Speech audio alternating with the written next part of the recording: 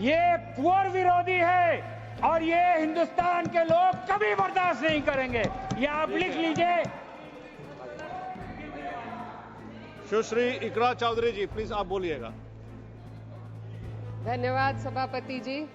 मैं सबसे पहले दाद देना चाहती हूँ इस बिल के टाइमिंग की कि अभी ईद की रौनक बुझी भी नहीं थी और हमारी जड़ों पर एक नया फरमान लाया गया। पहले उत्तर प्रदेश में मुसलमानों को नमाज पढ़ने पर रोक लगाई और फिर सौगात में ये बिल लाया गया। निसार में तेरी गलियों पे है वतन, जहाँ चली है रिवाजो गैर कि कोई ना सर उठाकर चल सके। मैं सभापति जी आपको ये बताना चाहती हूँ कि ईद के मौके पर एक विधवा महिला अपनी लड़की के साथ मेरे पास आई और उसने बताया कि वह एक वक्फ की प्रॉपर्टी में रहती है। वही उसके सर पर छत का काम भी करती है और उसकी रोजी रोटी भी वहीं से आती है। वो इस बिल को लेकर इतनी फिक्रमंद थी कि कहीं उससे वो उसकी संपत्ति ना छीन ली जाए। वो अकेली एक ऐसी महिला नहीं है, ऐसे लाखों लोग हैं जो वक्फ की गरीब महिलाएं जो वक्फ की संपत्ति से अपना रोजगार चला रहे हैं। और ये जो वक्फ बाय यूजर क्लॉज के हटाने से लाखों वक्फ की जायदाद अपना स्टेटस खो देंगी और लाखों लोग इसी तरीके के लोग सड़कों पर आ जाएंगे। वक्फ क्या है? वक्फ बाय यूजर क्या है?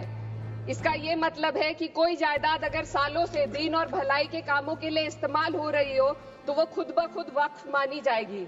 हिंदुस्तान की अदालतों ने भी इस बात को तस्लीम किया है। वक्फ बाय यूजर सिर्फ वक्फ बोर्ड को ही मिली कोई खास सौगात नहीं है, ये बल्कि सभी अन्य धार्मिक ट्रस्टों को परंपरा और यूज के आधार पर बिना किसी डॉक्यूमेंटेशन के धार्मिक चरित्र को डिक्लेयर करने का राइट मिला हुआ है। भारत के संविधान के आर्टिकल 13 क्लॉज 3 में कस्टम और यूसेज को कानूनी वैधानिकता प्रदान करता है। इसी आर्टिकल से वक्फ बाय यूजर भी निकला गया है। इस बिल के कानून बनने पर वक्फ बोर्ड तो इस प्रोविजन से हाथ धो बैठेगा, लेकिन अन्य धार्मिक ट्रस्टों को यह सुविधा जारी रहेगी। इससे भारतीय संविधान के आर्टिकल 14 और 15 का सीधा उल्लंघन है, जो धर्म और जाति के आधार पर भेदभाव और कानून के सामने सभी की बराबरी पर जोर देता है। मैं इसके साथ ये भी कहना चाहती हूँ कि सत्ता के लोग जो एक दूसरे की पीठ थपथपा रहे हैं कि वक्फ बाय यूजर का जो अमेंडमेंट इन्होंने दिया उसको एक्सेप्ट कर लिया गया है, लेकिन इनकी शरारत यह है कि उसके साथ ही एक ऐसा प्रोवाइजो इसमें शामिल किया गया जिसके आधार पर यह कहा गया है कि अगर कोई भी वक्फ की संपत्ति विवादित हो तो वो अपना वक्फ स्टेटस खो देगी। तो जो अमेंडमेंट इन्होंने दिया है जिसको एक्सेप्ट कर लिया गया है उसका कोई मतलब नहीं है। ये इनकी नीयत है जो साफ जाहिर हो रही है। सोने पर सुहागा एक काम और किया है।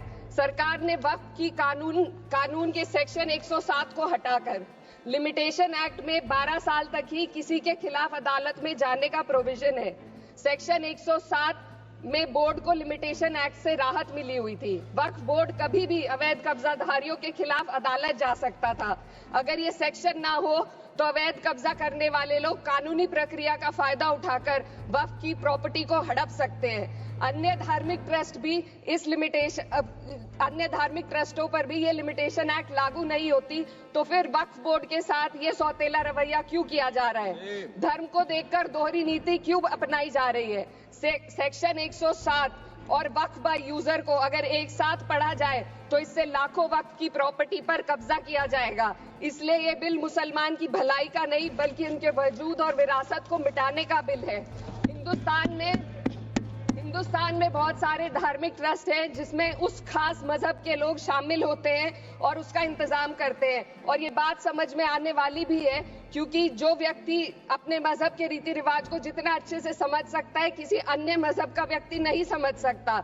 आर्टिकल 26 क्लॉज 2 के तहत धार्मिक संप्रदायों को अपने मजहबी इदारों के एडमिनिस्ट्रेशन का हक देता है, लेकिन वक्फ बोर्ड के बारे में इसको उल्टा किया जा। Sir 2 minute sir please 2 minutes. सरकार इसे एक सेक्युलर बॉडी मान रही है और इसमें गैर मुस्लिमों को शामिल करने की बात कह रही है। आपके मुंह से सेक्युलरिज्म की बात सुनकर अच्छा लगा, लेकिन अगले ही पल ये भ्रम टूट जाता है क्योंकि आपको सिर्फ दान देने के लिए प्रैक्टिसिंग मुस्लिम का आपने क्लॉज डाला है, लेकिन बोर्ड में बैठने के लिए मुस्लिम होने की कोई आपकी क्लॉज नहीं है। तो इससे आपकी जो दोहरी नीति है वो साफ जाहिर होती है। ये वही सरकार है जिसने राम जन्मभूमि ट्रस्ट में ये लिख दिया कि जिला अधिकारी भी अगर होगा तो हिंदू होना चाहिए। कोई मुझे बताए कि वहां पर सेक्युलरिज्म का रस क्यों नहीं घोला गया।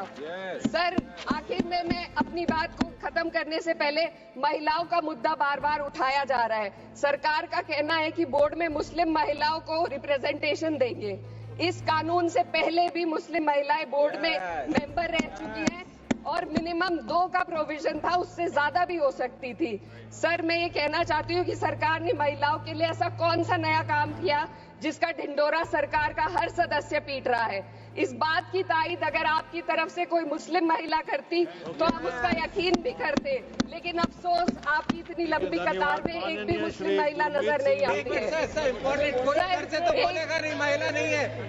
सर, मैं खुद एक मुस्लिम महिला हूँ, मैं सिर्फ एक मैं माइनॉरिटी महिला हूँ। इस सदन में हम सिर्फ 2 महिलाएं हैं और उस नाते से मैं ये बात कहना चाहती हूँ कि इस बिल के माध्यम से मुस्लिम महिलाओं को कुछ नहीं मिल रहा है। ये हमें कुछ नहीं देना चाहते, सिर्फ टोकनिज्म हमारे नाम पर बनाकर एक नैरेटिव मीडिया में चलाना चाहते हैं। तो ये बिल मुसलमान की भलाई का नहीं, उनकी पहचान को मिटाने का है। सर, अंत में मैं बस यही कहना चाहती हूँ कि कागजों की कैद में बस नाम रह जाएंगे, वो जो हमारे थे सिर्फ दावे में रह जाएंगे। इस बिल के द्वारा मीठी ईद के जायके को कड़वा करना, यही असली सौगाते मोदी था। बहुत बहुत